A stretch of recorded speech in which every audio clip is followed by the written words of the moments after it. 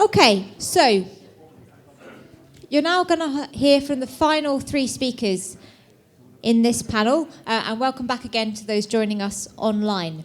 For the first speaker on this panel is also an informant, so someone who's going to summarise research and views rather than give you their own opinion.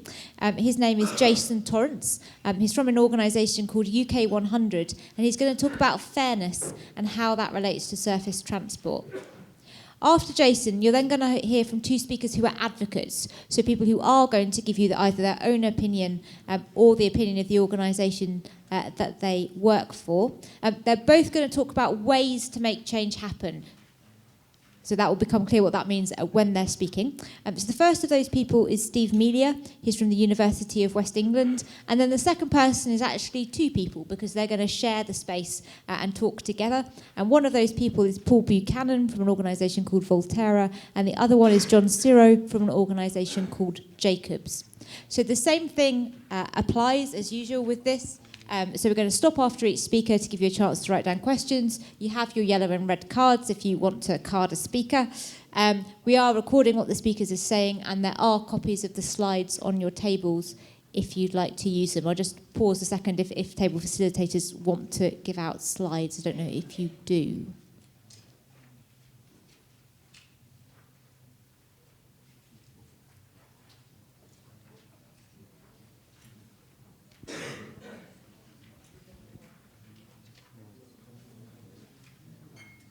Okay, so our first speaker then for the second part of the panel is Jason Torrance from UK 100.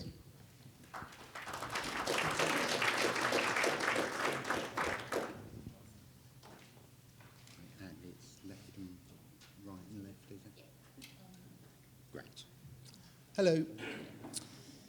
So here in Birmingham today, a 9-year-old child could die up to 7 months earlier than the national average if exposed to air pollution over their lifetime. Now, that's research published last year from King's College London, and I think exposes one of the challenges and one of the realities of inequality in relation to transport. Here we are in Birmingham, the third most congested city in the UK outside of London, according to the National Infrastructure Commission, and a city like many cities around the UK with some real challenges. So in terms of inequality, what do we mean? We mean that there's a gap in income between the richest people in the country and the poorest people in the country. We observe that there's a real difference between the quality of life, the health, and the well-being and the income in terms of where people live in the country. And of course, in terms of health, going back to that first statistic that I shared with you around the gap in life expectancy. There's a real difference between the places that people live and their health.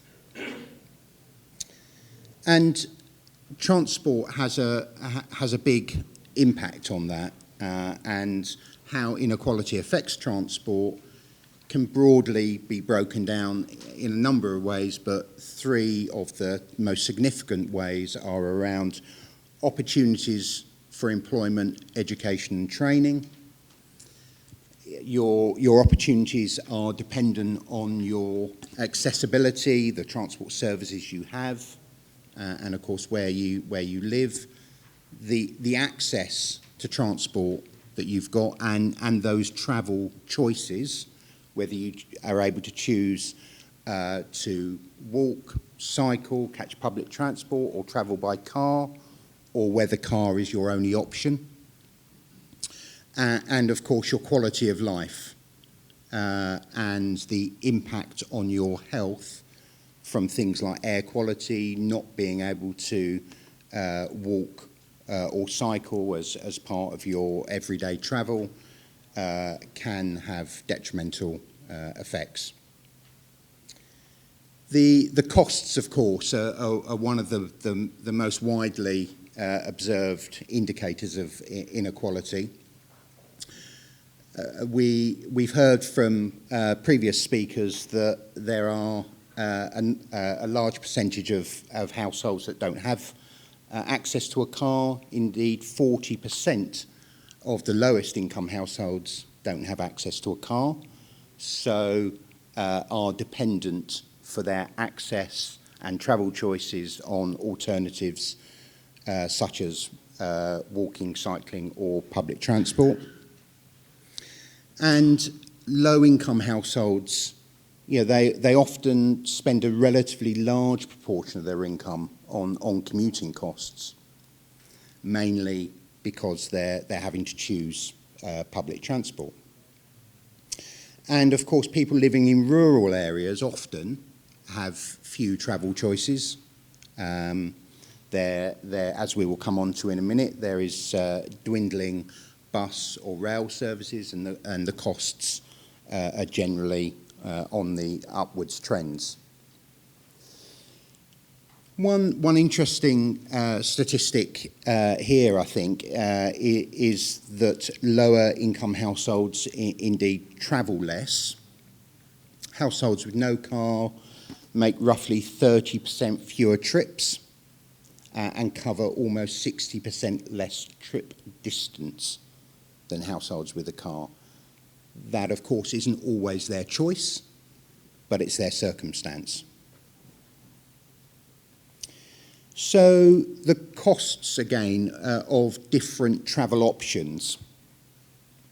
We have observed over the years that the costs of motoring, that's the cost of buying a car, maintaining it, and the fuel, has decreased over the last 10 years, and that's in real terms when you take into account fluctuating inflation costs, while costs of rail and bus travel have increased.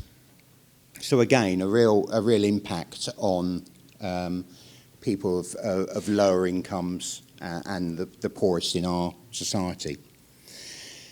Partly due this decreasing motoring costs to UK government freezing of fuel duty since 2011-2012. This has had a number of social impacts, including the cost to the Treasury in terms of income. More broadly, fuel duty, UK fuel duty from petrol, the tax that is charged on petrol, is expected to raise 28.4 billion in this financial year. That's a considerable amount of money. With a move towards electric vehicles or alternatively fueled vehicles, where is that income going to come from? And lastly, I just wanted to dwell a bit on the future of employment. So while we have a move towards electric vehicle sales, expected to rise significantly over coming years, the electric car fleet makes up about 0.5% of all registered cars on the road. That's dramatically expected to increase over time. The opportunities to transform our workforce to make a world-leading low-carbon technology is, many commentators and government expect to be significant.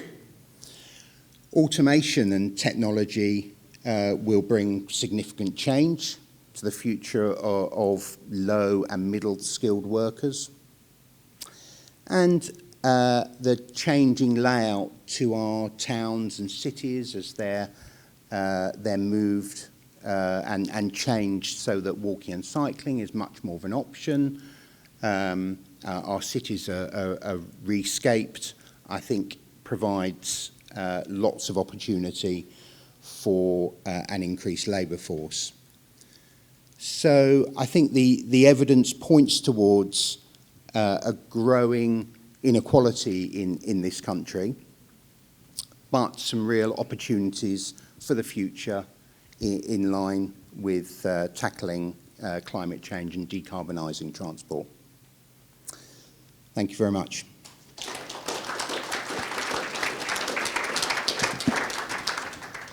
Great. So just a couple of minutes then to write down your questions for Jason. A maximum of 2 questions per person, 1 question per post-it, please.